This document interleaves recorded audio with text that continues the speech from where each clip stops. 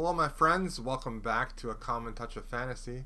My name is Paul, and thank you for joining me. I am reviewing the books and things that I listened to during the month of November. Hope you guys enjoy this. Let me know how you feel about any of the things that I talk about in this video. The first thing that I listened to on audiobook was Briefcases by Jim Butcher. Briefcases was a decent audiobook that had some really standout stories in them.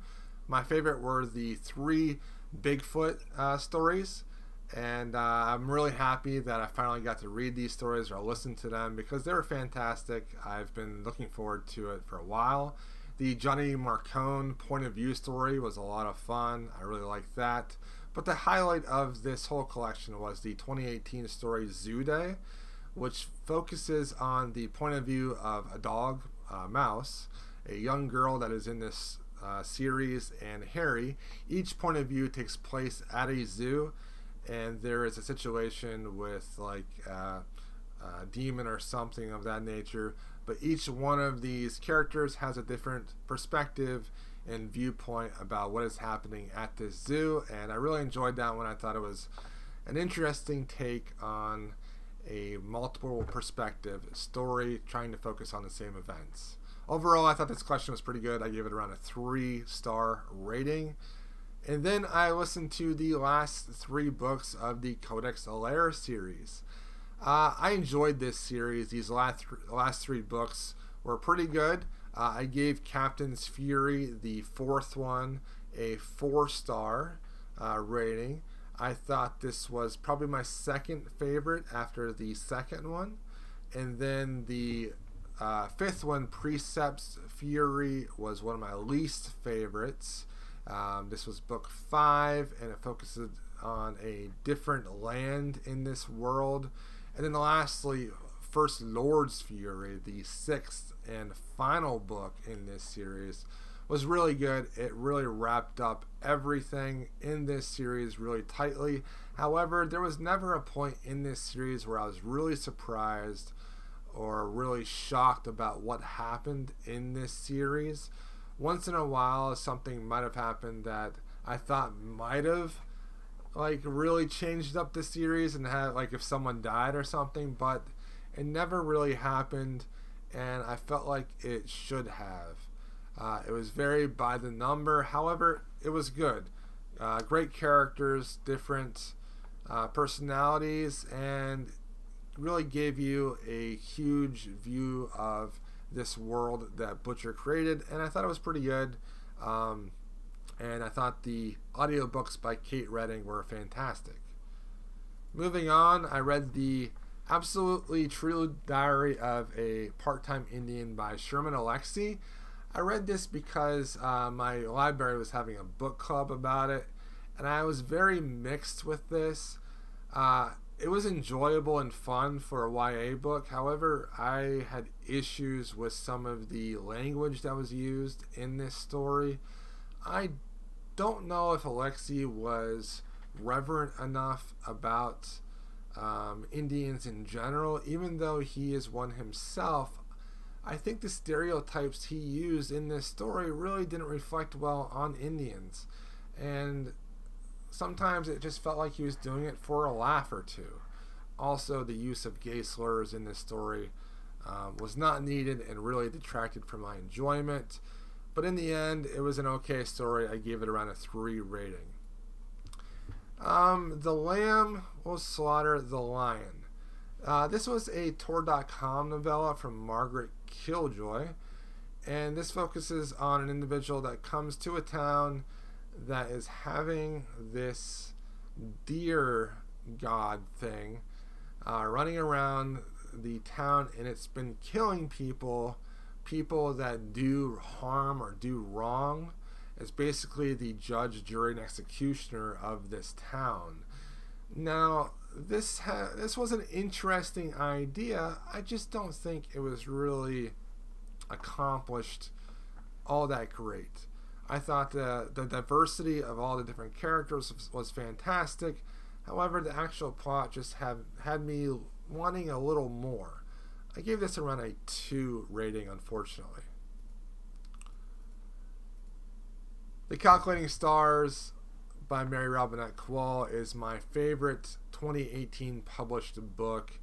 It was fantastic. I think it can appeal to both science fiction readers and mainstream readers. Such a good book.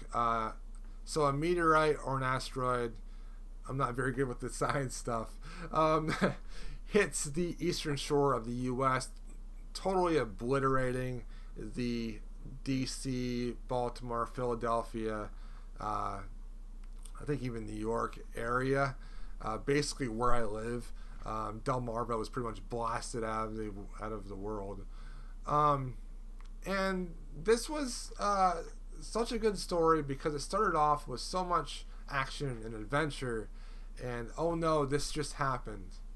But then it subtly and stealthily moved into a story about racism and sexism, and how because of this huge catastrophe, these issues need to go away quicker than what they would if it was the regular history that happened here. So they're starting the space race sooner. They're starting to want to colonize the moon, go to Mars sooner, because the Earth is going to warm up tremendously. People will not be able to live on Earth after a while because of this asteroid that hit the Earth. I know it threw up all the dust and all the rainwater, or all the vapor into the sky, and the Earth is going to get really warm. And so we have to colonize elsewhere, or the human race will probably perish within like 100 years or so. And this is alternate history, and it's set in the 50s into the 60s, and it was just fantastic. It really focuses on this one woman who is an amazing pilot, but the sexism of the space agency that is involved in this story is stopping her from fulfilling her purpose as a pilot in space. However, she becomes basically the face of the space agency, and they call her the Lady Astronaut, and yet she's never been in space.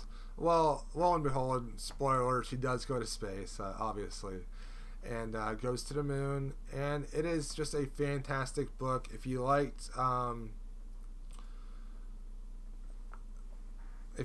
anything about the space race, especially the most recent movie with I cannot think of the name of that movie at the moment, but it's very much like that movie with the cast of black women that are computers for NASA back in the 50s. Well, anyways, this is an alternate history take on that a little bit, and it's fantastic. It was so good. And then The Fainted Sky continues the story, but this one's more technical. This one's more hard science fiction. This one is about us going to Mars, and it's two ships with different crew members on their way to Mars, and the issues that are coming up with racism and sexism on these different ships and the different technical issues they have. Fantastic. If you liked The Martian, then you probably would like the science fiction that was in The Fated Sky. I cannot wait for more of these stories in this World, the Lady Astronaut series. So good. They were both 5-star reads and the best of the year for me as far as published in 2018. Now, The Twilight Pariah by Jeffery was not something that was all that great. It was okay. It was like a horror story about this like demon entity that is trying to kill these kids, these young adults that stole the bones of its offspring. And it was okay. It wasn't anything special. I probably gave it around a 2 to 3 rating, somewhere around there. Foundryside, the new Robert Jackson Bennett novel, was pretty good. This was a very imagined world-building story where there are multiple houses / corporations vying for power in this one area, and it's all about creating objects that allow you to do miraculous type things, that allow you to do magic, and a young girl that actually can do it herself. And I thought this was fantastic. With Robert Jackson Bennett's writing, I was afraid that the ending wasn't going to get stuck. I thought maybe the ending was going to fall, because in past times I've read his stuff, the endings weren't that great. However, the ending of this was pretty good. But I am really waiting for the next book to really hold my judgment on this series, because I think that however things are explained, however things are continued on from that point, will really show how good this series really is. But at this point, I'd give it around a 3.5 to 4 star rating. I thought it was a good read, and if you like Jackson Bennett's other things, you would like that as well. Now, The Queen of Crows by Myke Cole. Now, I really liked The Armored Saint quite a bit by Myke Cole, because there was an innocence to it. There was a triumph of the little people, the little guy, the young female girl over huge odds. Now, The Queen of Crows makes those odds, makes that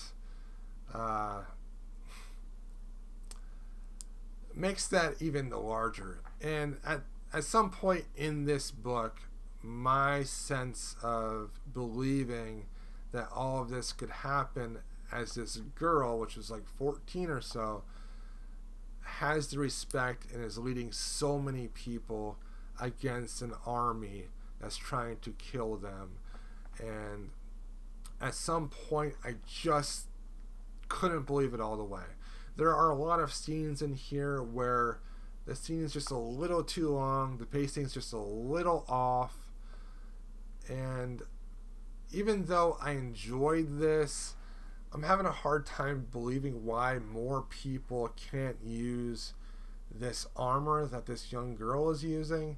They're making her out to be like a saint because she killed a devil in this armor, but I'm just having a hard time wrapping my head around the fact that, you know, there are other suits of armor that were made by the Tinker, and they could have used those too. So that I struggled with that quite a bit. Correct me if I'm wrong in that he made more than one. If he only made the one and the one for her, I mean, he made another one because the old one in the first book was ruined. This is a new one she wears.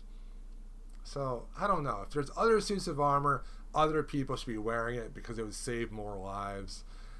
That's the bottom line to me, and I don't see why that doesn't happen. Lastly, The Macho Paradox by Jackson Katz. This is a book about men's responsibility when it comes to the abuse and mistreatment and the rape of women. And this was an important book because it shows that this is a men's issue and not a woman's issue. It is largely men doing these things to women, and to say that women have to do this and that and this to not have these things happen to them, where the perpetrators are men, and it's the culture that men have created, that men have been brought up into, that's basically causing the abuse to women. And so this was really important to me just because it's written by a man.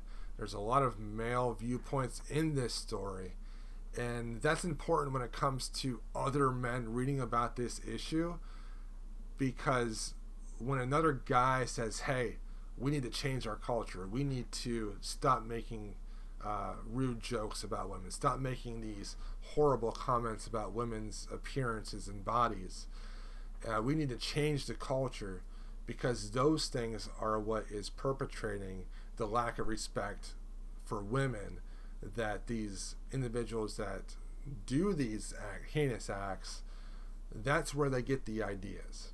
And I thought it was really good. I think every guy should read this book, and I think it was fantastic. I give this a 5-star read as well. It was really good. So that was basically it for my month of November. Those are the things I read. I thought it was a great month. I really loved Mary Robinette Kowal's books the most. They were so good. And then that Jackson Katz nonfiction book that I finally finished. Good stuff, and I really enjoyed the ending of the Codex Alera series. Okay, everyone, I'll talk to you next time. Thanks for watching.